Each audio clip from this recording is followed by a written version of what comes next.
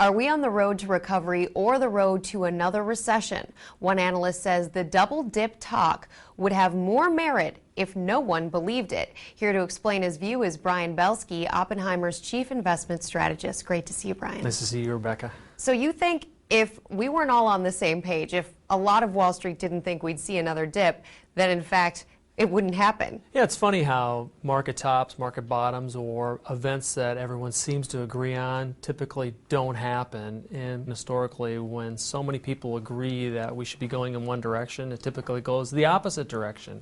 Why is that? Well, I think it's because the last few years, and I mean the last really 5 to 10 years, where we've had such negative equity performance relative to bonds, equity portfolio managers have been so driven to perform, just to beat the market. And because of that, they are more consumed about what everybody else is doing or what everybody else is thinking relative to what they should be doing. Okay?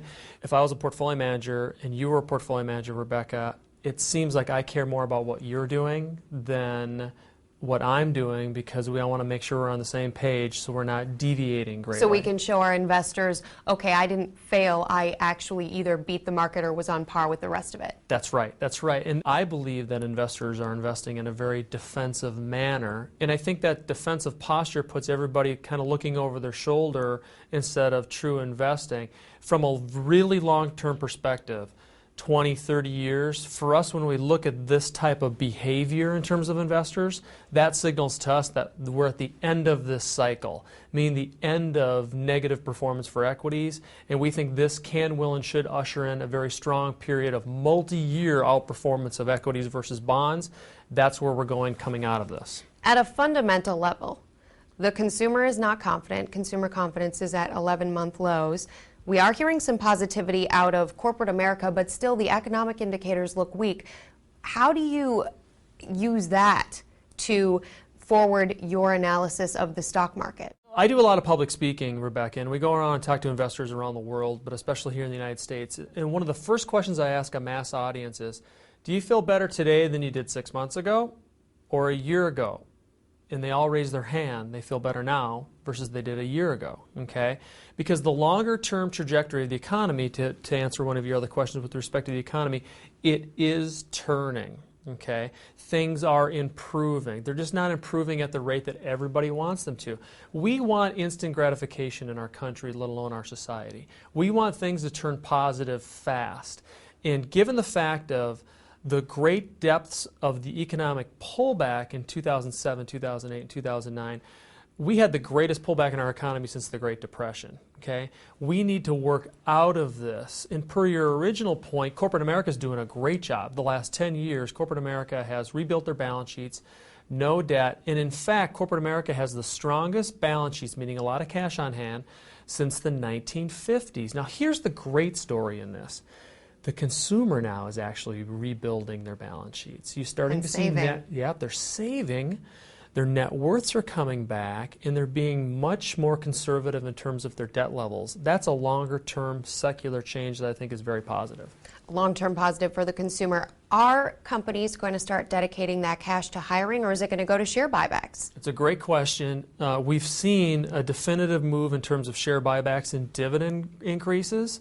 The third leg of that stool is mergers and acquisitions, which I think will come later. Doesn't that mean, though, then jobs will disappear, more jobs? Well, we think that the job situation is going to be a long-term turn. It's a long tail, Rebecca. The first thing people do, meaning companies, when they're faced with problems, they fire people.